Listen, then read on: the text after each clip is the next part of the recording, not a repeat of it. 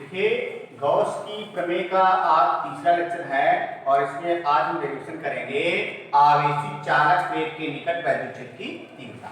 इससे पहले क्या था, वो किसी को अचालक प्लेट को आवेश दिया गया था, उसके कारण वैद्युत क्षेत्र की तीव्रता ज्ञात की गई थी। अब यहाँ पर हम आवेशित चालक प्लेट के कारण उसके समीप किसी बिंदु पर वैद्युत क्षेत्र की तीव्रता ज्ञात करेंगे। तो माना परिमित मोटाई की एक आवेशित चालक प्लेट है, इसकी कुछ मोटाई है और इसको जैसे प्लस क्यू आवेश देते हैं वैसे ही कि प्लस क्यू आवेश इसकी सतह पर समान रूप से वितरित हो जाता है। और हम जानते हैं कि चालक के अंदर कोई आवेश नहीं रहता है। अब माना इस प्लेट से r दूरी पर किसी बिंदु P पर वैद्युत क्षेत्र की तीव्रता ज्ञात करनी है। तो इसके लिए क्या करेंगे, हम जानते हैं कि चालक प्लेट के अंदर कोई आवेश नहीं रहता है, इसलिए चालक प्लेट के अंदर कोई भी वैद्युत क्षेत्र नहीं होगा। अब हम क्या करेंगे, r लंबाई के एक बेलनाकार पृष्ठ की कल्पना करेंगे जिसके अनुप्रस्थ काट का क्षेत्रफल a और इसकी लंबाई कितनी है, r। अब हम इससे गुजरने वाला वैद्युत फ्लक्स निकालेंगे। तो देखिए, इधर इस प्लेट के कारण अगर इस P बिंदु पर वैद्युत क्षेत्र लिया जाए, इधर वाली सतह के कारण वैद्युत क्षेत्र लिया जाए, तो उस वैद्युत क्षेत्र E1 की दिशा बाहर की ओर और इसके कारण अगर लिया जाए तो इसके कारण E2 की दिशा भी बाहर की ओर ही होगी। दोनों धन आवेश के कारण किसी बिंदु पर वैद्युत क्षेत्र की तीव्रता आवेश से दूर की ओर, तो इस तरफ का जो पृष्ठ है उसके कारण भी वैद्युत क्षेत्र की तीव्रता दूर की ओर और जो इधर वाला पृष्ठ है उसके कारण भी P बिंदु पर वैद्युत क्षेत्र की तीव्रता दूर की ओर। अब E1 का मान हम निकालें, इससे पहले हम किसी चालक के कारण निकाल चुके हैं कि किसी बिंदु पर वैद्युत क्षेत्र तीव्रता E1 बराबर कितनी, सिग्मा अपान 2 एप्सिलॉन नॉट। इसको समीकरण नंबर 1 मान लें। इसी प्रकार से इस प्लेट के कारण बिंदु P पर वैद्युत क्षेत्र की तीव्रता यहाँ पे लिख देंगे, ये फर्स्ट प्लेट, ये सेकेंड प्लेट, या इसको फर्स्ट प्लेट मान लीजिए, इसको सेकेंड प्लेट मान लीजिए। तो यहाँ पे लिखेंगे फर्स्ट प्लेट के कारण बिंदु P पर वैद्युत क्षेत्र की तीव्रता।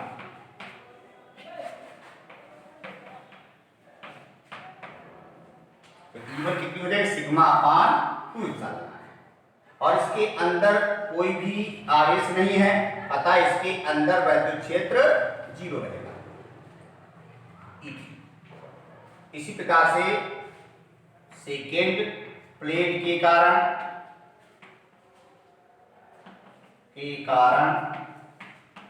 बिंदु P पर वैद्युत क्षेत्र की तीव्रता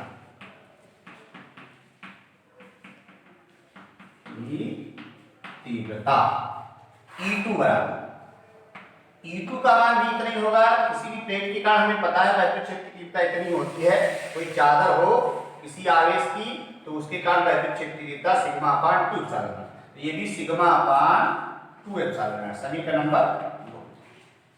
अब चूंकि दोनों सतहों के कारण बिंदु P पर वैद्युत क्षेत्र की तीव्रता की दिशा एक ही ओर है, तो बिंदु P पर परिणामी वैद्युत क्षेत्र की तीव्रता, बिंदु P पर परिणामी वैद्युत क्षेत्र की तीव्रता E बराबर, दोनों एक ही दिशा में है, E1 प्लस E2। E बराबर E1 का मान sigma upon 2 epsilon not, E2 का मान सिग्मा अपान 2 एप्सिलॉन नॉट, दोनों को जोड़ेंगे तो 2 सिग्मा अपान 2 एप्सिलॉन नॉट, 2 और 2 कैंसिल, तो बचेगा सिग्मा अपान एप्सिलॉन नॉट। इस प्रकार से किसी आवेशित चालक प्लेट के निकट वैद्युत क्षेत्र की तीव्रता E बराबर सिग्मा अपान एप्सिलॉन नॉट होगी। पहले थ्योरी समझ लेते हैं। थ्योरी में क्या लिखेंगे, हम देख लीजिए कैसे थ्योरी क्या लिखेंगे कि माना परिमित मोटाई की कोई चालक प्लेट है जिसको प्लस क्यू आवेश दिया गया है। यह प्लस क्यू आवेश चालक प्लेट की सतह पर समान रूप से वितरित हो जाता है। मान लिया इस चालक प्लेट के कारण इससे r दूरी पर किसी बिंदु P पर वैद्युत क्षेत्र की तीव्रता ज्ञात करें। तो इसके लिए प्लस प्लेट पहली प्लेट के कारण वैद्युत क्षेत्र की तीव्रता E1 और दूसरी प्लेट के कारण वैद्युत क्षेत्र की तीव्रता E2 है। अतः फर्स्ट प्लेट के कारण बिंदु P पर वैद्युत क्षेत्र की तीव्रता E1 बराबर ये। इसी प्रकार से सेकेंड प्लेट के कारण P पर वैद्युत क्षेत्र की तीव्रता E2 बराबर इतना। क्योंकि दोनों धनावेश प्लेटें हैं तो दोनों के कारण वैद्युत क्षेत्र की तीव्रता एक ही ओर होगी, तो बिंदु P पर परिणामी वैद्युत क्षेत्र की तीव्रता E बराबर E1 प्लस E2 और दोनों को जोड़ देंगे। इस प्रकार से बिंदु P पर परिणामी वैद्युत क्षेत्र की तीव्रता ज्ञात है।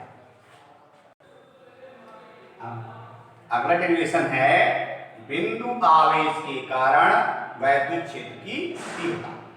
तो मान लिया एक आवेश Q है और इस आवेश Q से r दूरी पर किसी बिंदु P पर वैद्युत क्षेत्र की तीव्रता ज्ञात है। इसके लिए हम r त्रिज्या का एक गोलीय पृष्ठ खींचते हैं। r त्रिज्या का एक गोलीय पृष्ठ खींचते हैं और इस पृष्ठ के अंदर आवेश Q है। यह पृष्ठ जो बंद पृष्ठ है, यह पृष्ठ गॉसियन पृष्ठ का कार्य करेगा। मान लिया इस पृष्ठ पर एक सूक्ष्म क्षेत्रफल dA है। इस पृष्ठ पर वैद्युत क्षेत्र की तीव्रता भी पृष्ठ के लंबवत होगी और क्षेत्रफल वेक्टर वो भी पृष्ठ के लंबवत है। अतः इन दोनों के बीच का कोण शून्य होगा। अतः बिंदु P से गुजरने वाला बिंदु P पर दिए गए सूक्ष्म क्षेत्रफल से गुजरने वाला वैद्युत फ्लक्स d फाई बराबर होगा d फाई बराबर E डॉट dA। क्योंकि E और dA के बीच का कोण शून्य है, अतः E डॉट dA बराबर होगा E dA cos 0। ये बराबर आएगा E dA। तो d फाई बराबर आया E dA। यदि पूरे पृष्ठ से फ्लक्स ज्ञात करें, कुल वैद्युत फ्लक्स, अतः कुल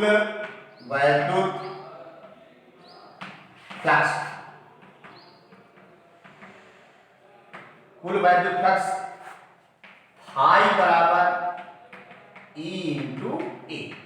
ए यहां पर इस गोले का क्षेत्रफल, तो इसको हम ऐसे लिख सकते हैं E इंटू ए का मान 4 पाई r स्क्वायर, समीकरण नंबर 1। अब गॉस की प्रमेय लगा देंगे। गॉस की प्रमेय से गॉस की प्रमेय phi equal to Q upon epsilon naught, समीकरण नंबर 2। ये भी गोली पृष्ठ से गुजरने वाला कुल वैद्युत फ्लक्स और ये भी गोली पृष्ठ से गुजरने वाला कुल वैद्युत फ्लक्स। अतः समीकरण 1 तथा 2C दोनों में वैद्युत फ्लक्स समान होगा। तो E into 4 pi r square equal to Q upon epsilon naught. तो E equal to 1 upon 4 pi epsilon naught Q upon r square. ये किसी बिंदु आवेश के कारण उससे r दूरी पर वैद्युत क्षेत्र की तीव्रता का सूत्र है। इसी प्रकार से अगर हम कूलाम के नियम का निरूपण करना चाहें तो इसी में देख लीजिए कूलाम का नियम। गॉस की प्रमेय से कूलाम का नियम देख लेते हैं। देखिए कूलाम के नियम का निरूपण करने के लिए पहले हम वैद्युत क्षेत्र की तीव्रता तो ज्ञात ही करेंगे। अब यदि इसके पृष्ठ पर कोई अन्य आवेश Q0 हो तो इस वैद्युत क्षेत्र के कारण इस Q0 पर लगने वाला बल F बराबर हो जाएगा Q0 इंटू E। अब ई का मान रख देंगे, F बराबर हो जाएगा Q0 इंटू 1/4πε0 Q/r²। इसको ऐसे लिख सकते हैं, F बराबर 1/4πε0 Q0/r²। इस प्रकार गॉस की प्रमेय से कूलाम के नियम का नियमन भी किया जा सकता है।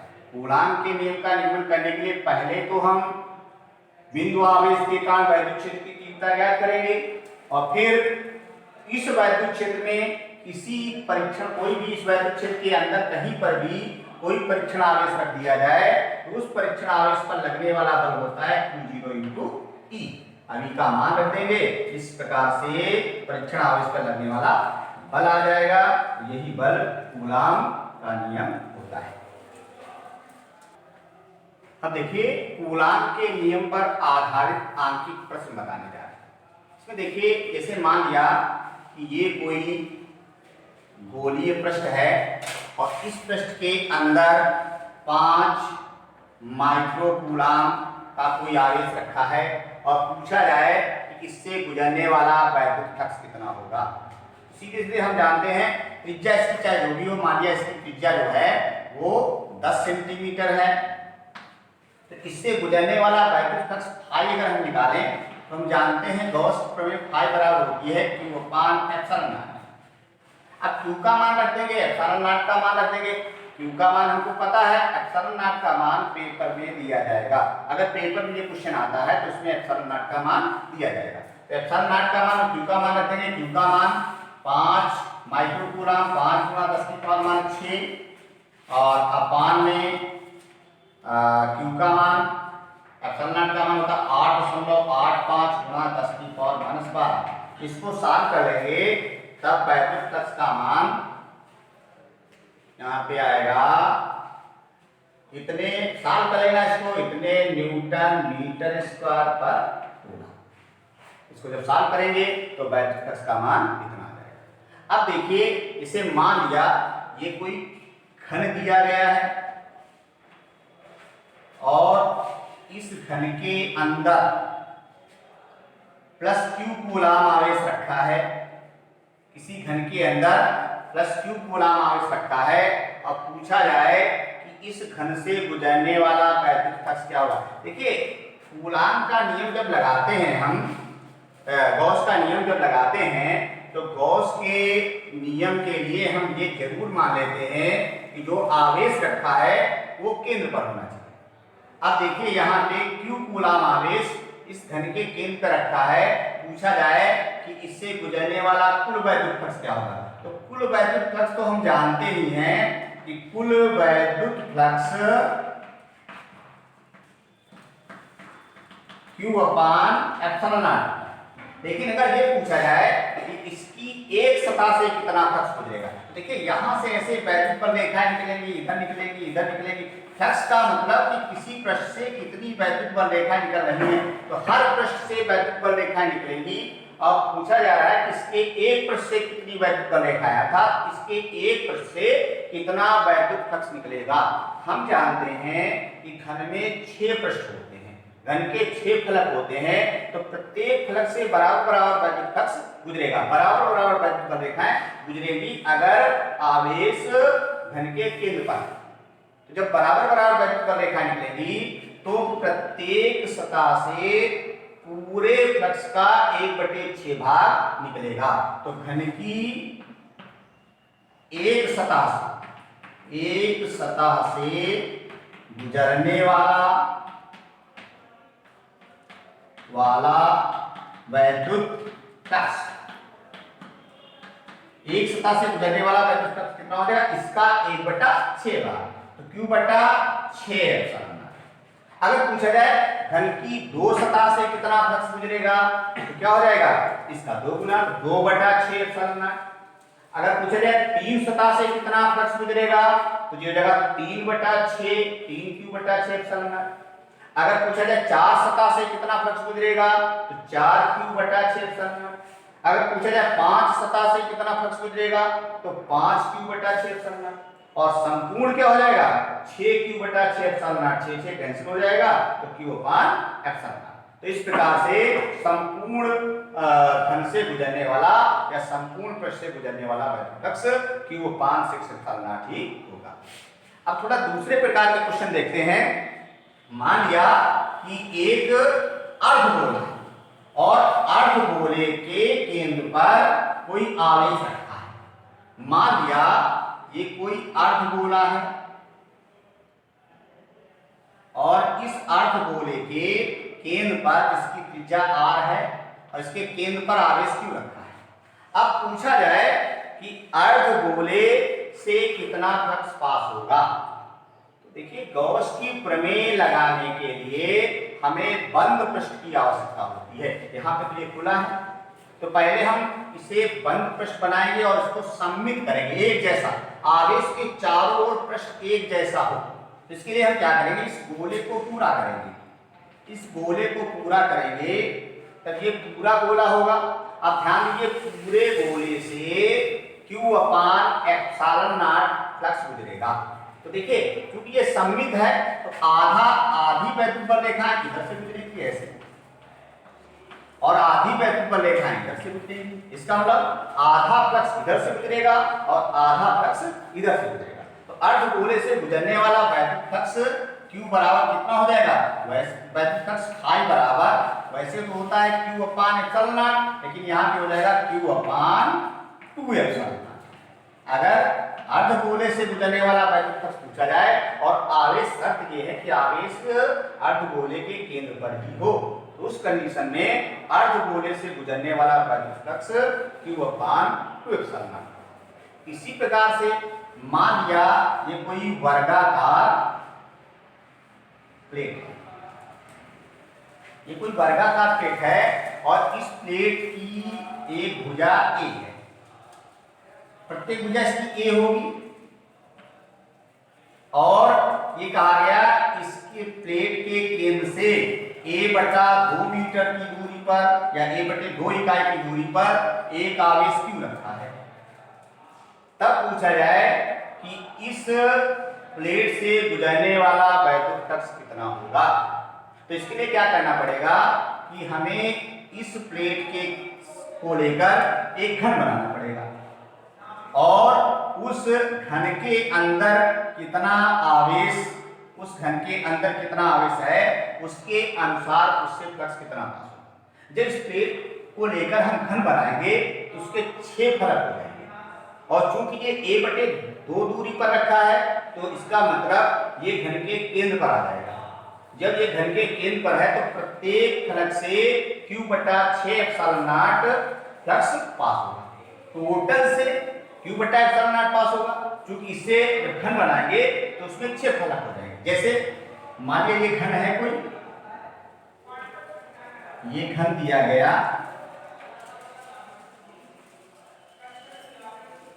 और हमें यहां पर इसको ये वाली प्लेट मान और इस प्लेट से a/2 की दूरी पर यहां पर आवेश रखा है। तो हमें केवल इतना पता करना है इस सतह से कितना फ्लक्स गुजरेगा। तो देखिए जरा ऐसी 6 सतहें 1 2 3 4 5 उसके नीचे वाली 6। तो इन सभी 6 सतह से गुजरने वाला फ्लक्स जो होगा वो होगा q/ε0 और हमें ज्ञात करना है केवल इस सतह से गुजरने वाला फ्लक्स अर्थात इस प्लेट से जो पहले प्लेट बनाई गई थी इस प्लेट से या इस सतह से गुजरने वाला वैद्युत फ्लक्स कितना हो जाएगा, वो हो जाएगा इसका 1/6 भाग तो q/6ε। इसलिए गॉस की प्रमेय लगाने पर हमें सबसे पहला काम कि जो भी पृष्ठ है उस पृष्ठ को बंद पृष्ठ में बदलेंगे और तथा आवेश पृष्ठ के केंद्र पर होगा। अगर आवेश इसके बजाय कहीं यहाँ पे हो तो देखिए इससे तो कोई फ्लक्स गुजरेगा नहीं, इनसे गुजर जाएगा, इनसे गुजर जाएगा।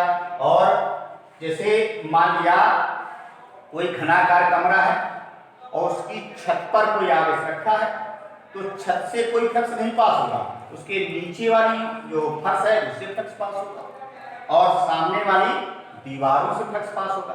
तब वहां पे हम नहीं बता सकते हैं कि प्रत्येक पृष्ठ से कितना फ्लक्स पास होगा। इसीलिए गॉस की प्रमेय लगाने के लिए हमें ये पता होना चाहिए कि आवेश पृष्ठ के केंद्र पर है। अगर आवेश पृष्ठ के केंद्र पर नहीं है तो हम ये नहीं पता कर पाएंगे कि किसी एक पृष्ठ से या एक फलक से कितना फ्लक्स पास हो रहा है। हाँ, इतना पता कर सकते हैं कि संपूर्ण फ्लक्स कितना पास होगा, संपूर्ण फ्लक्स पता कर लेंगे, लेकिन ये नहीं पता कर पाएंगे कि एक फलक से कितना पास होगा। जैसे गोला है, इसमें तो केवल एक ही प्रश्न होगा, तो इससे सदैव Q/6 पास होगा। अगर घन है तो घन के सभी सतह बराबर बराबर होती हैं, तो प्रत्येक से 1/6 1/6 1/6 पास होगा, अर्थात Q/6 Q/6 प्रत्येक से पास होगा। लेकिन घन के बजाय कोई घनाभ है तो हम नहीं बता पाएंगे कि एक सतह से कितना फ्लक्स पास होगा, क्योंकि उनकी सतह अलग अलग है। तो घनाभ से हम नहीं बता पाएंगे कितना फ्लक्स पास होगा, हम उसी से बता पाएंगे जिसमें फलक बराबर हो और सममित हो। अब देखते हैं, जैसे कोई बेलन दिया गया, अगर बेलनाकार पृष्ठ है और इस बेलनाकार पृष्ठ के केंद्र पर कोई आवेश Q रखा है, तो इस बेलनाकार पृष्ठ से गुजरने वाला फ्लक्स ज्ञात करना है। तो देखिए इधर यहां से ऐसे वैद्युत बल रेखाएं गुजरेंगी, इधर से वैद्युत बल रेखाएं गुजरेंगी, इससे गुजरेगी वैद्युत बल रेखाएं और इससे गुजरेगी।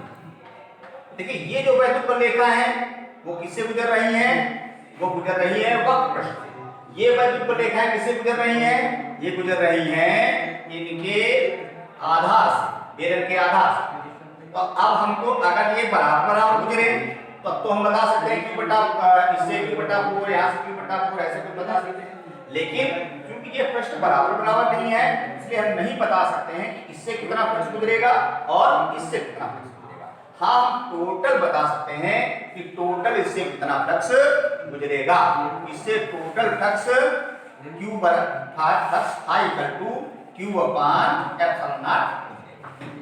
अब हम इसकी जो क्लास 12 की एक्सरसाइज गॉस की प्रमेय है उसके एग्जाम उसके निवेदन करेंगे।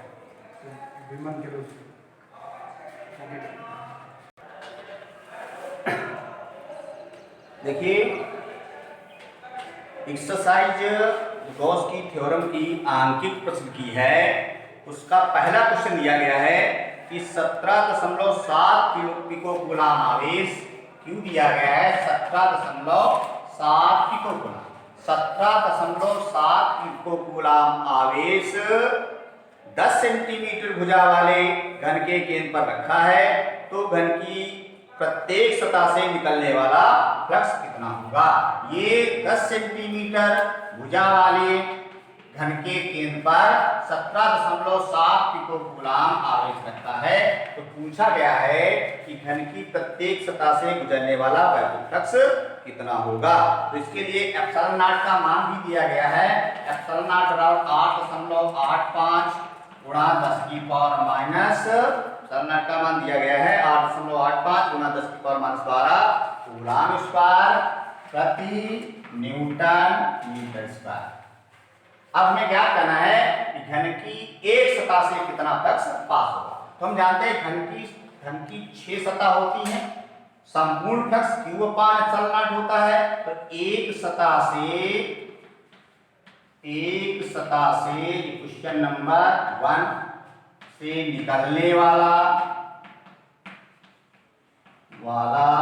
वैद्युत फ्लक्स, एक सतह से निकलने वाला वैद्युत फ्लक्स I बराबर होगा Q/6 एप्सिलॉन।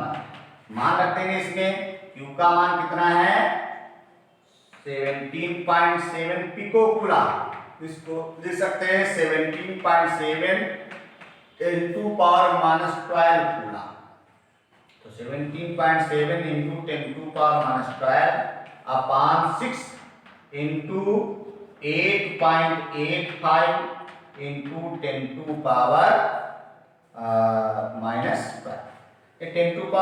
ये 10⁻12 कैंसिल हो जाएगा,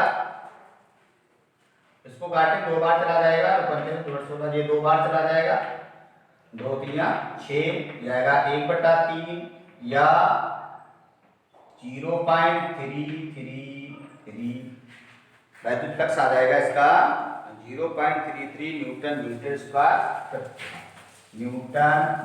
स्क्वायर पर कूलम। इस प्रकार से गॉस की थ्योरम से हम किसी बंद पृष्ठ से गुजरने वाला वैद्युत फ्लक्स ज्ञात कर सकते हैं। अगला क्वेश्चन इसमें दिया गया है, क्वेश्चन नंबर 2 ये दिया गया है, यदि किसी 8 सेंटीमीटर भुजा वाले एक घन के केंद्र पर 1 कूलाम आवेश रखा जाए तो घन के किसी फलक से बाहर आने वाले फ्लक्स की गणना कीजिए। क्वेश्चन नंबर 2 बिल्कुल इसी क्वेश्चन की तरीके से है, एप्सिलॉन नॉट का मान हमको पता रहता है, आवेश Q दिया गया है, इस प्रकार से एक सतह से गुजरने वाला वैद्युत फ्लक्स ज्ञात करेंगे। देखिए ये क्वेश्चन नंबर 4 है, वैद्युत क्षेत्र E दिया गया है 2I cap plus 3J cap minus 4K cap इतने वोल्ट पर मीटर और क्षेत्रफल वेक्टर दिया गया है 8J मीटर स्क्वायर और पूछा गया है कि इस पृष्ठ से गुजरने वाला वैद्युत फ्लक्स कितना होगा। हम जानते हैं वैद्युत फ्लक्स फाई इक्वल टू होता है E डॉट A। जब वेक्टर में दिए जाएं E और A के मान तो उस कंडीशन में वैद्युत फ्लक्स फाई बराबर E डॉट A। तो E और A का डॉट प्रोडक्ट करेंगे, डॉट प्रोडक्ट कैसे करते हैं, I और I के गुणांक की गुणा करेंगे, J और J के गुणांक की गुणा करेंगे, K और K के गुणांक की गुणा करेंगे। क्योंकि I का गुणांक है नहीं दोनों में तो इसकी गुणा होगी नहीं, J और J के गुणांक की गुणा करेंगे तो जाएगा 3 × 8।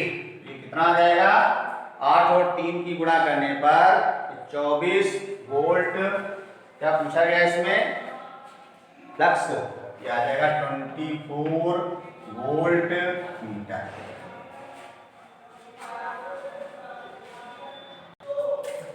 ये क्वेश्चन नंबर 6 दिया गया है कि 4500 फ्लक्स रेखाएं किसी निश्चित आयतन के क्षेत्र के भीतर जा रही हैं तथा 2500 फ्लक्स रेखाएं उस क्षेत्र से बाहर निकल रही हैं, उस क्षेत्र के भीतर कितना है। तो देखिए इधर ये कोई भी बंद पृष्ठ मान ले, चलिए कोई पृष्ठ मान लेते हैं, इसके अंदर 4500 फ्लक्स रेखाएं जा रही हैं और इससे बाहर निकल रही हैं 2500। तो पूछा जा रहा है इसके अंदर कितना आवेश है, क्योंकि कुछ वैद्युत बल रेखाएं इसके अंदर जा रही हैं, कुछ वैद्युत बल रेखाएं इससे निकल रही हैं। तो हम ये देखेंगे कि इसके अंदर कितनी नेट वैद्युत बल रेखाएं इसके अंदर कितनी हैं। तो इसके अंदर नेट वैद्युत बल रेखाएं कितनी होगी, जाने वाली 4500 है, निकलने वाली 2500 है। तो प्रवेश करने वाली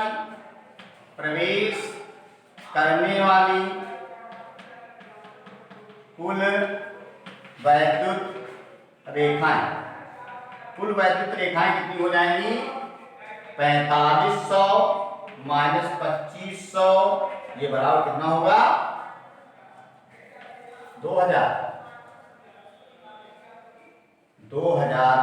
इसके अंदर 2000 वैद्युत बल रेखाएं प्रवेश करेंगी। जो वैद्युत बल रेखाएं प्रवेश करती है वही क्या है, वैद्युत फ्लक्स। और चूंकि वैद्युत बल रेखाएं इसके अंदर जा रही हैं तो वैद्युत बल रेखाएं अर्थात वैद्युत क्षेत्र अंदर की ओर है, वैद्युत क्षेत्र जिधर होता है वो आवेश कैसा होता है, ऋण आवेश। अर्थात इसके अंदर जो आवेश है, जो नेट आवेश इसके अंदर होगा वो ऋणात्मक होगा। अब इसके अंदर आवेश हमको निकालना है तो हम जानते हैं गॉस की प्रमेय phi equal to Q upon epsilon naught. ये इसका फ्लक्स हो जाएगा, जो इसके अंदर वैद्युत बल रेखा प्रवेश कर रही हैं, जो नेट वैद्युत बल रेखा है वही इसका नेट फ्लक्स होगा। अब यहाँ पे आवेश Q बराबर कितना होगा, फाई इंटू एप्सिलॉन नॉट। फाई का मान कितना है, फाई का मान 2000, एप्सिलॉन नॉट का मान 8.85 गुणा 10 की पावर माइनस 12।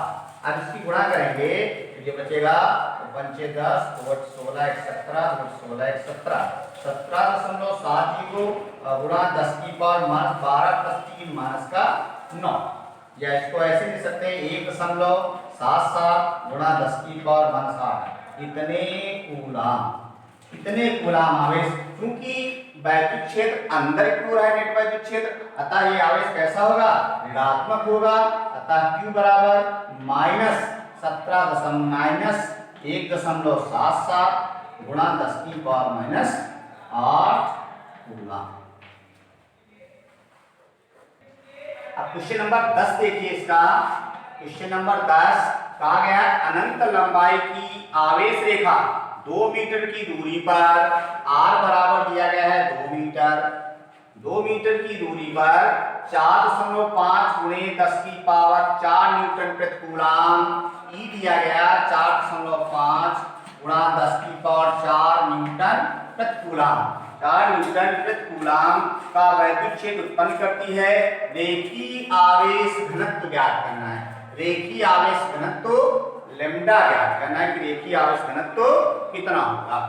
हम जानते हैं कि अनंत लंबाई की के किसी चालक के कारण वैद्युत क्षेत्र की तीव्रता 1/2 pi epsilon naught lambda upon R. अनंत लंबाई के किसी चालक तार के कारण वैद्युत क्षेत्र की तीव्रता 1/2 pi epsilon naught lambda upon R. E का मान दिया गया 4.5 गुणा 10 की पावर 4 1/4 पाई एप्सिलॉन नॉट का मान होता है 9 गुणा 10 की पावर 9। तो 1/2 पाई एप्सिलॉन नॉट का मान 18 गुणा 10 की पावर 9 इनटू लैम्डा ज्ञात करना है और अपान में आर का मान दिया गया है 2। 2 से इसको काट देंगे 9 तो लैम्डा बराबर आएगा 4.5 गुणा 10 की पावर 4 और अपान में आएगा 9 गुणा 10 की पावर 9। 4.5 से इसको काटेंगे 2 ऊपर बचेगा 1 लैम्डा इक्वल टू 1/2 गुणा 10 की पावर -5 या इसको ऐसे लिख सकते हैं 0.5 गुणा 10 की पावर -5 या 5 गुणा 10 की पावर -6 इतने कूलम प्रति मीटर। अब देखिए इसी एक्सरसाइज का क्वेश्चन नंबर 30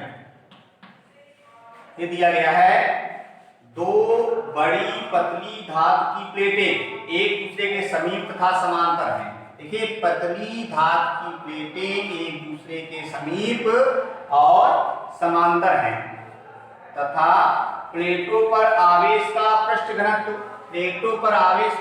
घनत्व दिया गया है सिग्मा बराबर 1.77 गुणा 10 की पावर -11 कूलम प्रति मीटर स्क्वायर। प्लेटों पर आवेश का पृष्ठ घनत्व इतना तथा विपरीत चिन्हों का है। तो इस पर अगर आवेश का पृष्ठ घनत्व सिग्मा है तो इस पर आवेश का पृष्ठ घनत्व माइनस सिग्मा है। इसका मतलब अगर इस पर प्लस आवेश है इस प्लेट पर तो इस प्लेट पर माइनस आवेश है। अर्थात इनके बीच में अगर हम वैद्युत क्षेत्र ज्ञात करें तो इसके कारण वैद्युत क्षेत्र की तीव्रता की दिशा इस प्लेट से दूर की ओर और इसके कारण वैद्युत क्षेत्र की तीव्रता की दिशा जो ये ऋणात्मक प्लेट है तो इसकी ओर ही पूछा गया है कि प्लेटों के बीच में वैद्युत क्षेत्र की तीव्रता का मान कितना होगा। तो ध्यान दीजिए किसी प्लेट के कारण हम जानते हैं वैद्युत क्षेत्र की तीव्रता E बराबर होती है सिग्मा अपान 2 एप्सिलॉन नॉट। किसी एक प्लेट के कारण वैद्युत क्षेत्र की तीव्रता सिग्मा अपान 2 एप्सिलॉन नॉट। तो मान लिया धनात्मक प्लेट के कारण वैद्युत क्षेत्र की तीव्रता E1 है तो E1 की दिशा धन प्लेट से दूर की ओर और ऋणात्मक प्लेट के कारण वैद्युत क्षेत्र की तीव्रता E2 है तो E2 की दिशा वो भी ऋण प्लेट की ओर होगी क्योंकि ये निगेटिव प्लेट के कारण है तो इसकी दिशा प्लेट की ओर होगी। ये E1 जो है पॉजिटिव प्लेट के कारण है तो इसकी दिशा प्लेट से दूर की ओर होगी। तो E1 और E2 दोनों की दिशाएं एक ही ओर होंगी। तो E1 बराबर sigma upon 2 epsilon not E2 भी सिग्मा अपान 2 एप्सिलॉन नॉट। तो नेट वैद्युत क्षेत्र E बराबर क्या हो जाएगा E1 प्लस E2 क्योंकि दोनों की दिशाएं एक ही ओर हैं तो E बराबर आएगा sigma upon 2 epsilon not plus sigma upon 2 epsilon naught तो ये आ जाएगा 2 सिग्मा अपान 2 एप्सिलॉन नॉट 2 और 2 कैंसिल हो जाएगा तो E बराबर आएगा सिग्मा अपान एप्सिलॉन नॉट। अब मान रख देंगे सिग्मा का मान है 1.77 गुणा 10 की पावर -11 अपान एप्सिलॉन नॉट का मान 8.85 गुणा 10 की पावर माइनस 12। अब भाग करेंगे इसको। और स्टूडेंट अब करना क्या है कि इस एक्सरसाइज के सभी न्यूमेरिकल लगाने हैं, जो नहीं लगते हैं उनको कमेंट बॉक्स में बताना है, उसका सलूशन अगले वीडियो में दिया जाएगा।